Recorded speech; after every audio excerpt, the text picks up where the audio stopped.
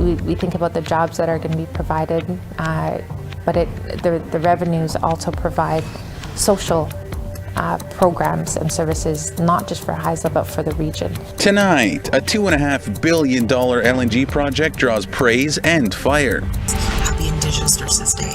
Plus, it's a day to celebrate Indigenous nurses. It's going to be well over 10,000 and growing.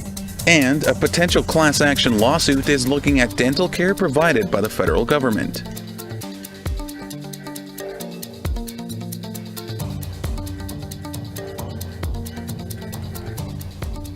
Good evening, Tansei Anin. Welcome to APTN National News. I'm Daryl Stranger. Cedar LNG, the first Indigenous-owned facility of its kind in Canada, is moving ahead in British Columbia. The Haisla Nation are majority owners. They see the project as a way to economic independence, but critics question BC's commitment to net zero emission goals. APTN's Lee Wilson has more. Haisla Nation Chief Councillor Crystal Smith enters the nation's administration office. Last month, BC issued an environmental assessment certificate for Cedar LNG. The federal government also approved the project. The project is a Haisla majority-owned, floating $2.4 billion liquefied natural gas facility and export terminal that will be located on the Douglas Channel in northern BC. And it is definitely an amplified feeling being a part of a project that is majority owned by our people. So it is definitely an exciting opportunity to witness and to have been a part of. At a press conference, the BC government said Cedar LNG will be the largest First Nation majority owned infrastructure project in Canada. BC Premier David Eby said it would be one of the lowest emitting facilities in the world. The Haisla Nation have been working on the project for more than a decade. The Haisla partnered with Pembina Pipeline Corporation. The Cedar LNG board decisions are guided by the nation. We chose lesser environmental impacts over economies. So essentially the technology that the project is going to be run on e-drive, which is powered from the grid, from hydro, and also air cooling versus water cooling, which are minimized impacts. However, cost a little bit more for the technology. The project will receive natural gas from northeastern BC through the controversial Coastal GasLink project. A portion of the pipeline is contested by Wet'suwet'en hereditary chiefs. BC Hydro Grid will power the project with renewable electricity. Cedar LNG will create 500 jobs during construction and 100 permanent jobs when completed. It will have the capacity to export 3 million tons per year to Asian markets. We think about the jobs that are going to be provided, but the revenues also provide social programs and services, not just for Haisla, but for the region. And we're definitely proud to be able to have the opportunity to contribute to those social projects. Environmental groups and some Indigenous leaders, such as the Union of BC Indian Chiefs, were critical of BC granting approval.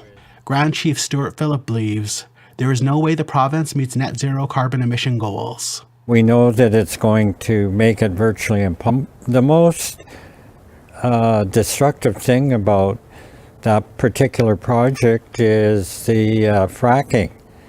There's no such thing as natural gas, there's only fracked gas, and it's incredibly destructive to the environment. Chief Smith believes Cedar LNG and LNG Canada are part of global solutions, citing the government's strict environmental guidelines. BC and Canada have the most strict environmental processes. We believe that we're providing the most environmentally sound products to the rest of the world that aren't provided this type of energy. We still have parts of the world that are burning coal, that are higher emitting. The Cedar LNG facility has jumped a major hurdle, but still has obstacles to move forward, including securing more funding. Lee Wilson, APTN National News, Kitimat Village. We want to hear what you think about Cedar LNG moving ahead. Here's how to continue the conversation. You can send your emails to news@aptn.ca, or you can leave us a comment on aptnnews.ca. You can also find us on Facebook, Twitter, Instagram, YouTube, and TikTok. Follow APTN News to join the conversation and see our latest stories. A 64-year-old Saskatchewan man is being charged with first-degree murder after he allegedly killed the man charged in his son's death. Reginald DeRocher is accused of killing his son's alleged killer. Ryan Clark, 34, was waiting for trial in the 2016 beating death of Christopher DeRocher. He was originally convicted of second-degree murder in 2018, but the Supreme Court of Canada had ordered a retrial for Clark in December of 2022. Reginald DeRocher allegedly hit and killed Clark on April the 4th with his pickup truck. The RCMP later found the truck on the Little Red Reserve, 42 kilometers north of Prince Albert. Reginald DeRocher is charged with a first-degree murder of Ryan Clark.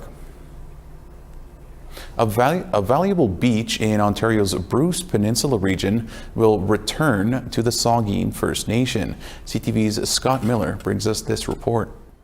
It appears the ownership of one of Ontario's most famous beaches is changing hands. In a landmark decision, an Ontario Superior Court of Justice has decided that the Saugeen First Nation are the rightful owners to a very valuable 2.5-kilometer stretch of Sauble Beach shoreline stretching north of Sauble Beach's iconic sign. Simply put, the court has confirmed the entire beach belongs to the Saugeen First Nation and always has.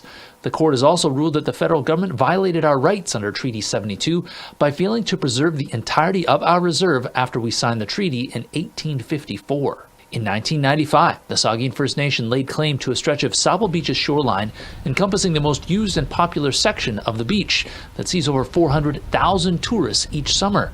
The town of South Bruce Peninsula claims they own that stretch of beach and fought the claim for decades, turning down a 2014 mediated settlement that led to a 6-month-long trial in early 2022. I'm actually pleased with it. I did spend a lot of time researching the case, and I think justice was served today. Previous Saugeen First Nation chiefs have said that if they were to win this land dispute, that almost nothing would change along Sauble Beach for summer beachgoers. Public access would remain. I don't know that much about it, but I hope it stays the same. I think as long as people take care of the land, right? It's freshest water in the world. The Saugeen First Nation already owns and operates a swath of Sauble Beach stretching south of Sauble's iconic sign. I think they deserve to make money on the beach, just like the private landowners had made money now. The town is charging $30 to park. Hopefully the town and Saugeen First Nation can come to an agreement to maybe share in that revenue. Parking revenues from the town-owned section of the beach raise nearly $1 million every summer. The town of South Bruce Peninsula had this to say about today's decision as they consider whether to appeal or not. This is a complex issue that requires time to formalize a position. Council understands how important this issue is to the town and thanks all residents in advance for their patience. The Saugeen First Nation had this to say: "This has been a long fight over many decades, but the hard work by leadership and our people has paid off, and we have achieved a huge victory that we should all celebrate together." A further court proceeding will determine potential damages owed to the Saugeen First Nation for breaking the 1854 treaty that was supposed to keep Sauble Beach's shoreline under their stewardship. In Sauble Beach, Scott Miller, CTV News. It is the second annual Indigenous Nurses Day today. It was founded to honor Edith Montour, a Six Nations woman who was the first Indigenous registered nurse in Canada. The now annual event officially celebrates Indigenous nurses across Canada. The day promotes cultural integrity and acknowledges the contributions of Indigenous nurses. Multiple reports into systemic racism in the healthcare system point to poor outcomes for Indigenous patients, something that the nurses and nurse practitioners of BC want to correct.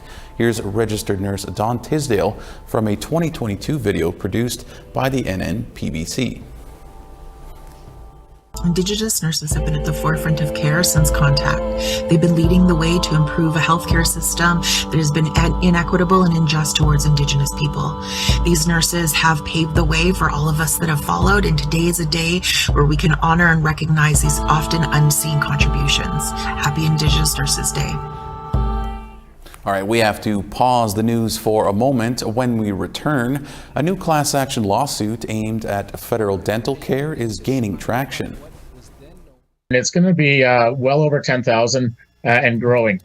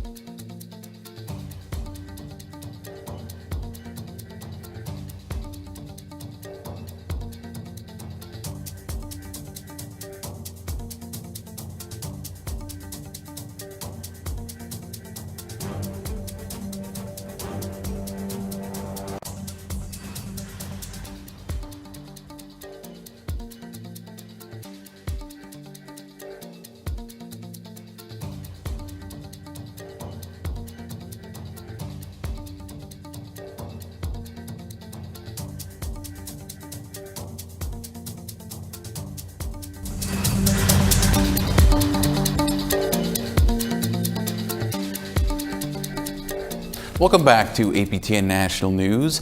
The Northwest Territories has some of the highest rates of police-reported family violence in the country. Advocacy groups are looking to change that and are bringing their solutions to the table. Our reporter Charlotte Moore-Jacobs brings you this story. It's not every day the Native Women's Association of the Northwest Territories can bend the ear of a federal minister. But when they get the chance to, they outline the issues and, more importantly, the solutions. Her husband came with her to work every day and sat with her, and she couldn't go anywhere without him. So things like that are really normalized in the communities, and we want to change that at Native Women. So we need to have connection. They need to have connection. Executive Director Brenda Norris says NWT-NWAC worries about the potential for several remote communities to be left in the dark by satellite internet and phone providers. All of those 7 communities as well will never probably be hooked up to the internet because, like Lutzelke, they're way too far away. The community is too small, the appetite to do it. NWAC has already secured funding for research through the federal government's Pathways to Safe Indigenous Communities program. Now they're hoping to bring 7 families in 7 communities SpaceX Starlink high-speed internet service. But there's a lot of people who are on income assistance or they're on pensions. They can't afford the amount of money it costs for them to get Starlink.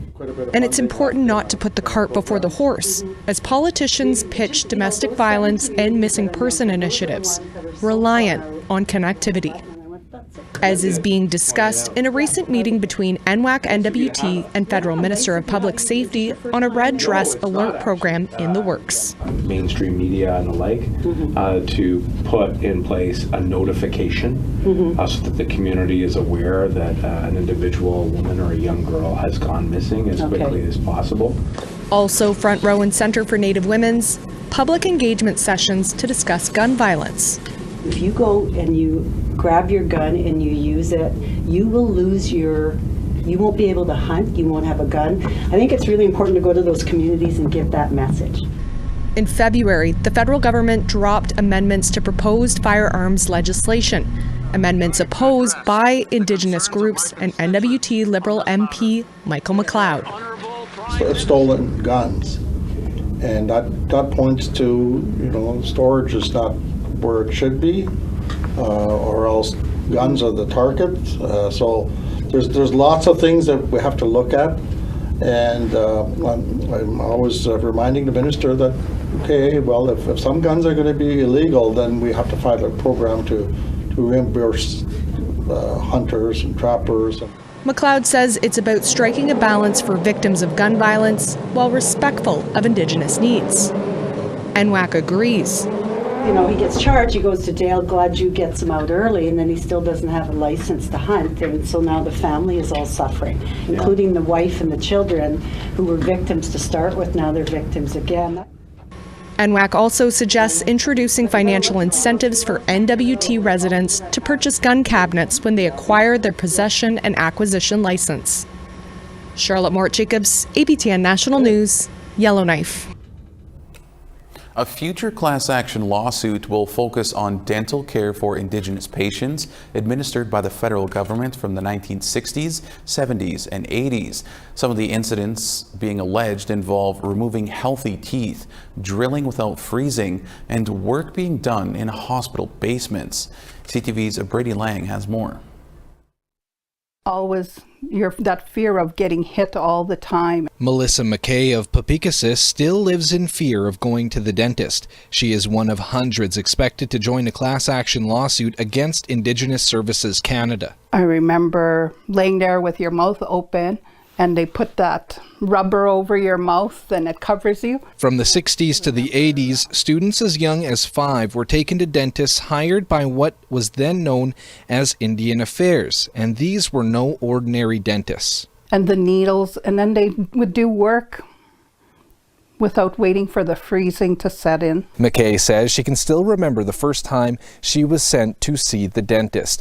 She was at the old day school on Papikassis. She was a kindergarten student, and her and all of her peers were packed into a bus and sent 18 kilometers away to neighboring Balcarres. To the old hospital. And then the dentist was down in the basement. The experience has led to struggles for McKay in the years following. Ever since then, as soon as I go to a dentist, I have very bad anxiety attacks. I can't breathe. I want to get sick. I have to run to the bathroom. I'm shaking.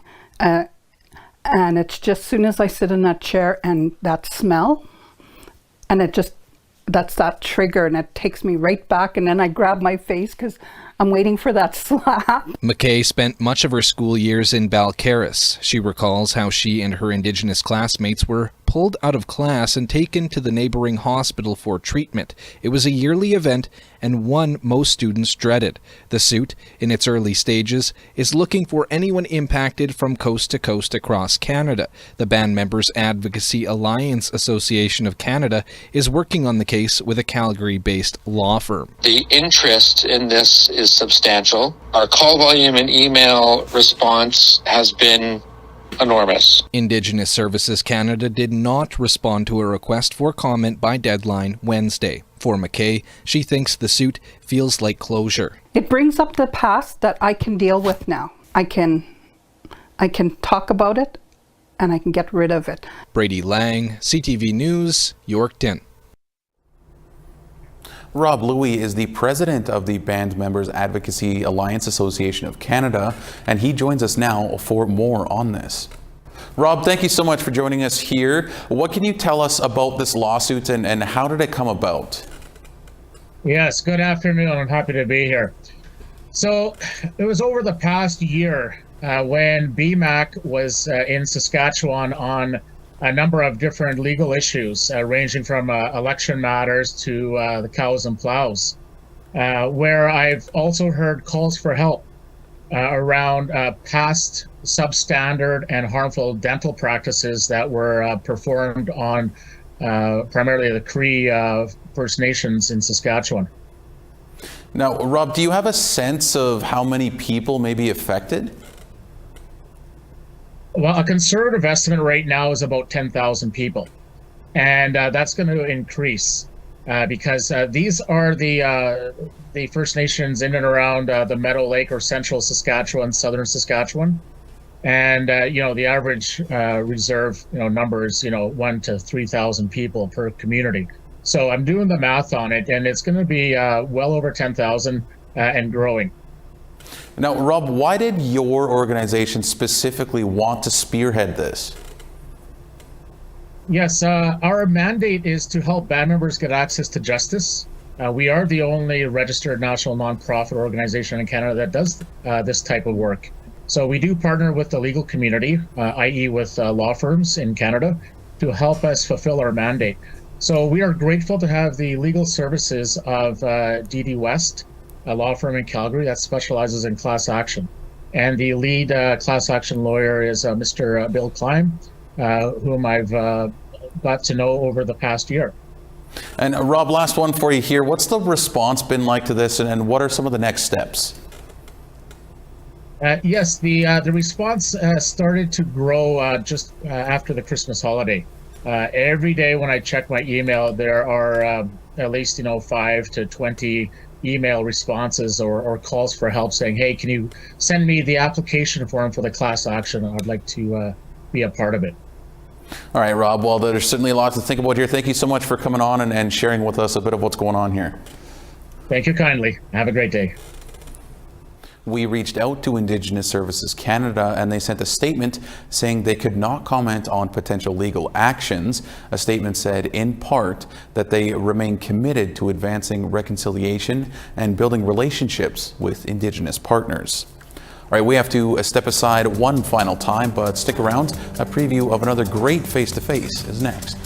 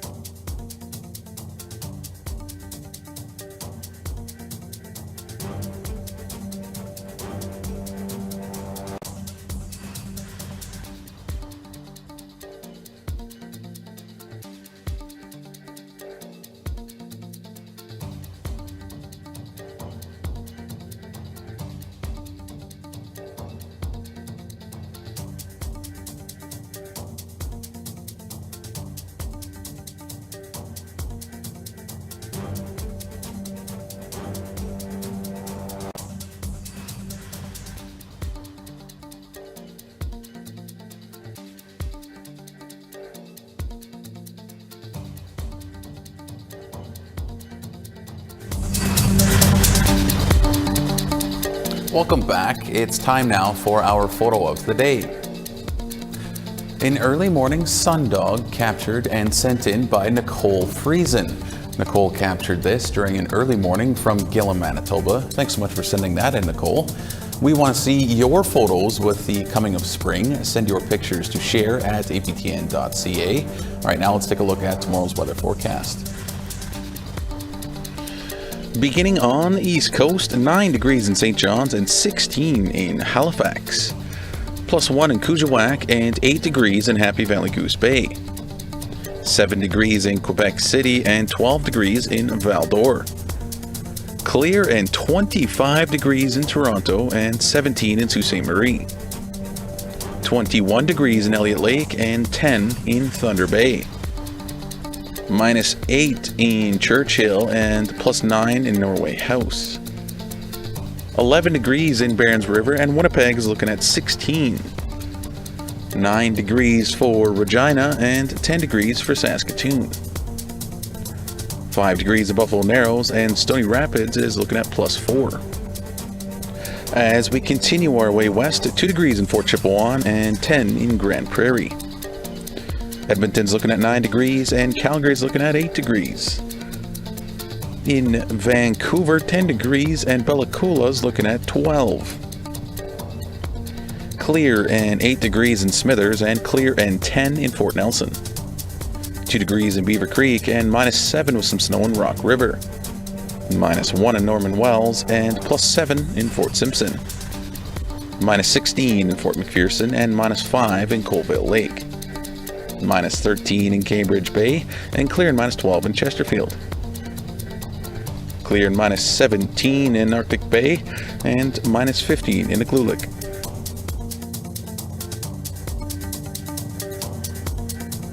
An endangered species of sea turtle had some help reaching their forever home. 1, 2, 3, 4, 5, 6, 7, 8, 9, 10, 11. More than 90 endangered baby loggerhead turtles were released into the wild on Australia's New South Wales central coast. The baby turtles made their way to the ocean, surrounded by wildlife experts, volunteers, and community members. That's so cute. A longtime journalist and news producer, Francine Compton, is our guest on tonight's episode of Face to Face. Compton, who is now an associate director with the Native American Journalists Association, has spent more than 20 years in the news business at both APTN and the public broadcaster. She says despite seeing major changes in the coverage of Indigenous issues, more Indigenous journalists are needed. We do need a lot more Indigenous journalists. In the last couple years, we have been dealing with a supply and demand issue. There are demands for Indigenous journalists. There are demands on us to be everywhere, to cover everything, and there aren't enough of us. And so that needs to change. And don't go anywhere. You can catch that episode of Face to Face tonight in just a few minutes. That is all we have for you tonight. I'm Daryl Stranger. Thank you so much for joining us. Miigwech Kinanaskmitten. Have a great night.